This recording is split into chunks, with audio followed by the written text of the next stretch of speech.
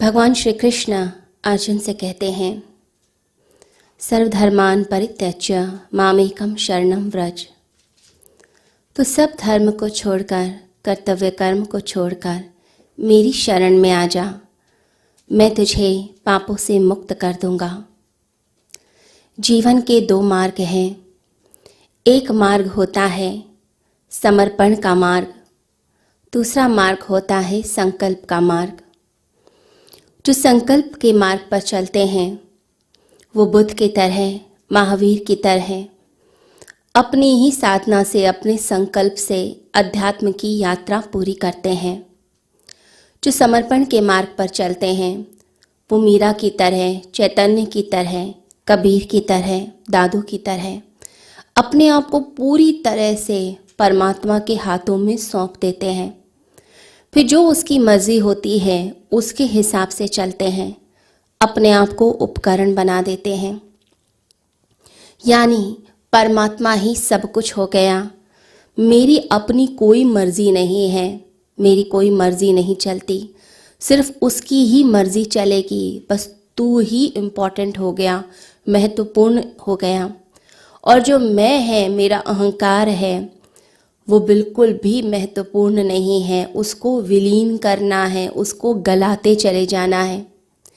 जब मैं मिटता चला जाता है, साधक अपने आप को गलाता चला जाता है, भक्त गलाता जाता है, तो सिर्फ वही तो वही परमात्मा ही रह जाता है, अद्वैत रह जाता है। मैं जब बचता ही नहीं है तो सिर्फ एक ही रहता है, एक ही की सत्ता रहती है। तो भक्ति का जो मार्ग है, समर्पण का मार्ग है, इसमें मैं को ही विलीन करना होता है। सिर्फ अपने अहंकार को समाप्त करना और परमात्मा के हाथों में सौंप देना। बस तेरी ही मर्जी। अपनी तरफ से हमको जोड़ने का प्रयास ना करें, कुछ भी ना जोड़ें। जैसे कोई नदी में एक पत्ता चलता जाता है, बहता जाता है, बस ऐसे ही बहते चले जाएं। नदी जहाँ लेकर जाएगी उस पत्ते को, पत्ता बीच में कोई अड़चन पैदा नहीं करता। तो भक्त भी कोई अड़चन पैदा नहीं करता। जैसा प्रभु चाहते हैं वैसा ही रहता है, जिस हाल में रखते हैं उस हाल में रहने लगता है। अगर हम अपनी मर्जी चलाना चाहते हैं तो इस बहाव से हमें बाहर आ जाना पड़ेगा। फिर सब कुछ हमें अपनी मर्जी से करना पड़ेगा। फिर वो दूसरी साधना शुरू हो जाती है, संकल्प की साधना। तो सबसे पहले तो हमें निश्चित करना है कि हमें चलना कहाँ है। अगर समर्पण को पकड़ा तो पूरी तरह से भगवान के हाथों में सौंप दीजिए।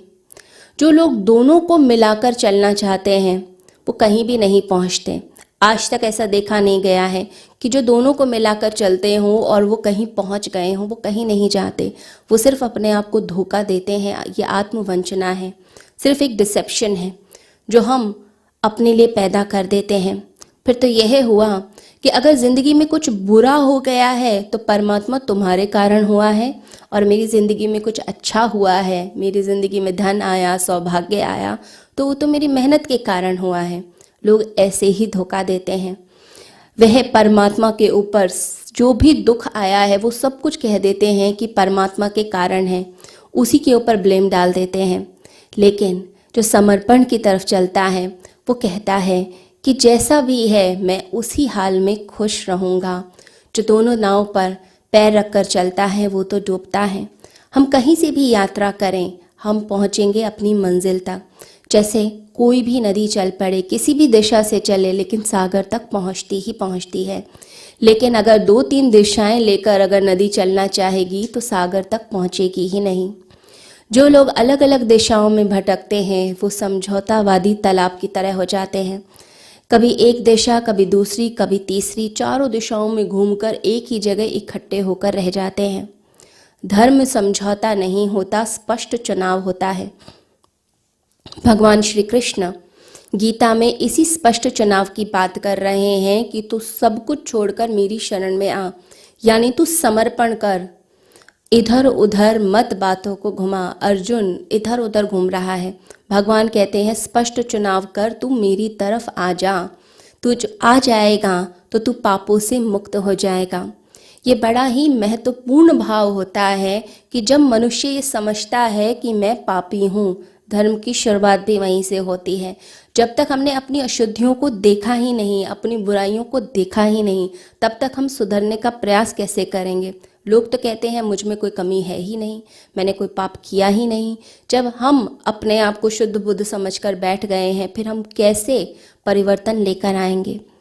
तो मनुष्य को पहले तो देखना है कि अशुद्धियाँ हैं। जब हम देखते हैं पाप हमने किए हैं और अब इनको मिटाना है, तो धर्म की शुरुआत होती है, परमात्मा की तरफ हम चलते हैं। पंडित जो है वो प्रश्न लाते हैं शास्त्रों से, लेकिन एक भक्त प्रश्न लाता है अपनी अंतर्दशा से, अपने अंदर की स्थिति से। उसके अंदर कैसी स्थिति चल रही है, फिर वैसे प्रश्न प्रकट करता है। तो कृष्ण के सामने भी अर्जुन जो अपने प्रश्न प्रकट कर रहा है, वो अपनी अंतर्दशा से प्रकट कर रहा है। जो विनम्रता से चलेंगे वो तो पहुंच ही जाएंगे, लेकिन जो अकड़ कर चलते हैं वो कहीं भी नहीं पहुंचते।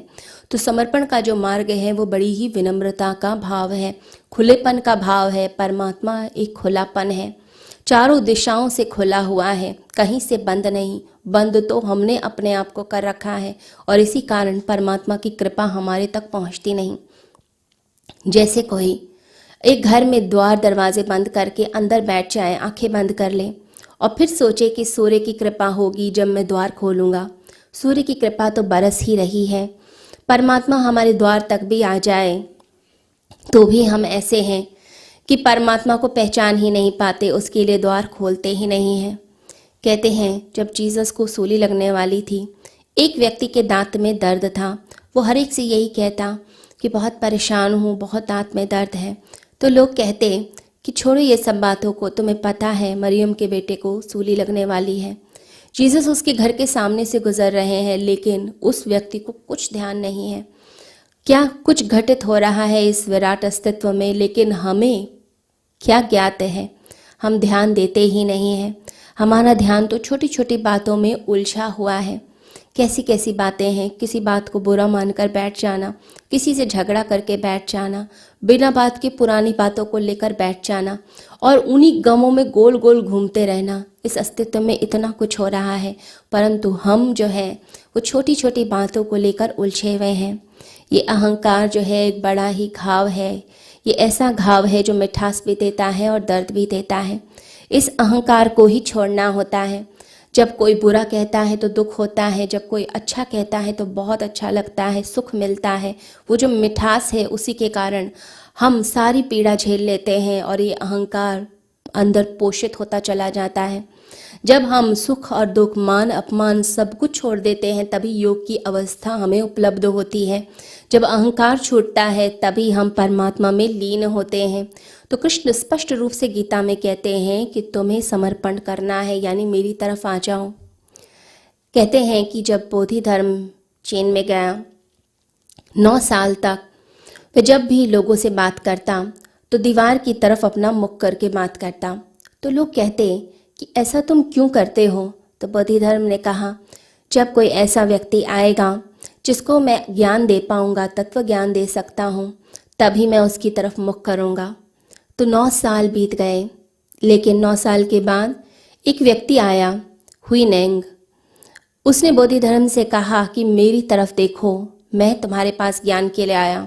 बोधि धर्म नहीं मुड़ा तो उसने अपना एक हाथ काटा और बोधि धर्म के आगे कर दिया और बोला कि इस बार अगर नहीं मुड़े तो अपनी गर्दन ही काट दूंगा। बोधि धर्म तुरंत वापस लौटा और कहने लगा, मैं तुम्हारी ही प्रतीक्षा कर रहा था। हजारों वर्षों में कोई तत्वज्ञानी होता है और अगर मैं अपना ज्ञान ही न दे पाता तो मैं ऐसे ही चला जाता इस पृथ्वी से। मुझे ये ज्ञान किसी न किसी को देना ही था। समर्पण ऐसा लगता है कि बड़ा ही सरल है, परंतु ये बड़ा ही कठिन मार्ग है। परंतु कठिन क्यों है? कठिन इसलिए है क्योंकि हमारी जो आदतें हैं वो बड़ी कठिन है। सत्य कठिन नहीं है, सत्य सरल होता है, परंतु आदतें कठिन है। जब गंगा गंगोत्री से निकलती है तो पूरा रास्ता वो पार करती है, पर्वतों को, कंदराओं को पत्थरों को पार करते हुए रास्ते बनाते बनाते सागर तक पहुंचती है। सागर में लीन होना बहुत आसान होता है, लेकिन वो जो रास्ता है वो पूरा पार करना बड़ा कठिन होता है। ये जो आदतों का, संस्कारों का, गलत बातों का, धारणाओं का जो हमने जाल अपने अंदर बना के रखा है, इसे पार करना बड़ा ही कठिन है। जब इसे पार करते हैं तब जाकर परमात्मा तक हम पहुंच पाते हैं और उसमें लीन हो पाते हैं। बस यही समर्पण हमें अपने अंदर जागृत करना है। जब समर्पण आता है तो कर्ता भाव हट गया, यानी हम परमात्मा के उपकरण हो गए। फिर कर्म बंधन नहीं होता, कर्म बांधता नहीं, क्योंकि जब मैंने कर्म किया ही नहीं, जब मैं करता हूँ ही नहीं, तो कर्म का फल भी मुझे क्यों मिलेगा? फिर पाप नहीं छूता। इसलिए कृष्ण कहते हैं कि तू समर्पण कर, मैं तुझे पाप से मुक्त करूँगा। क्यों? जैसे ही समर्पण हुआ आप कर्म के फल से भी मुक्त हो गए। फिर पाप पुण्य दोनों ही आपको छूते नहीं हैं। तो भक्त क्या करता है? वो पूरी तरह से समर्पित होता है, कहता है प्रभु जैसी तेरी मर्जी, मैं तेरी मर्जी के हिसाब से ही चलूँगा, मैं अपना कुछ नहीं डालूँगा। बस ऐसा ही उपकरण हमें बनना है। हम ऐसा उपकरण बन पाएँ, ऐसे भक्त बन पाएँ, अपने गुरु के चरणों में बैठ पाएँ, उनसे ध्यान सीख सके, उनकी बातों को ग्रहण कर पाएँ। हम ऐसे अर्जुन बन पाएँ कि गुरु कृष्ण बनकर हमारी जिंदगी में उतर आए। हरिओम। डॉक्टर अर्चिका फाउंडेशन द्वारा मुक्तिनाथ धाम, पशुपतिनाथ धाम व ध्यान साधना का आयोजन होने जा रहा है 20 से 25 अगस्त 2022। हिंदू धार्मिक मान्यताओं के अनुसार मुक्तिनाथ वह क्षेत्र है जहां लोगों को मुक्ति या मोक्ष की प्राप्ति होती है।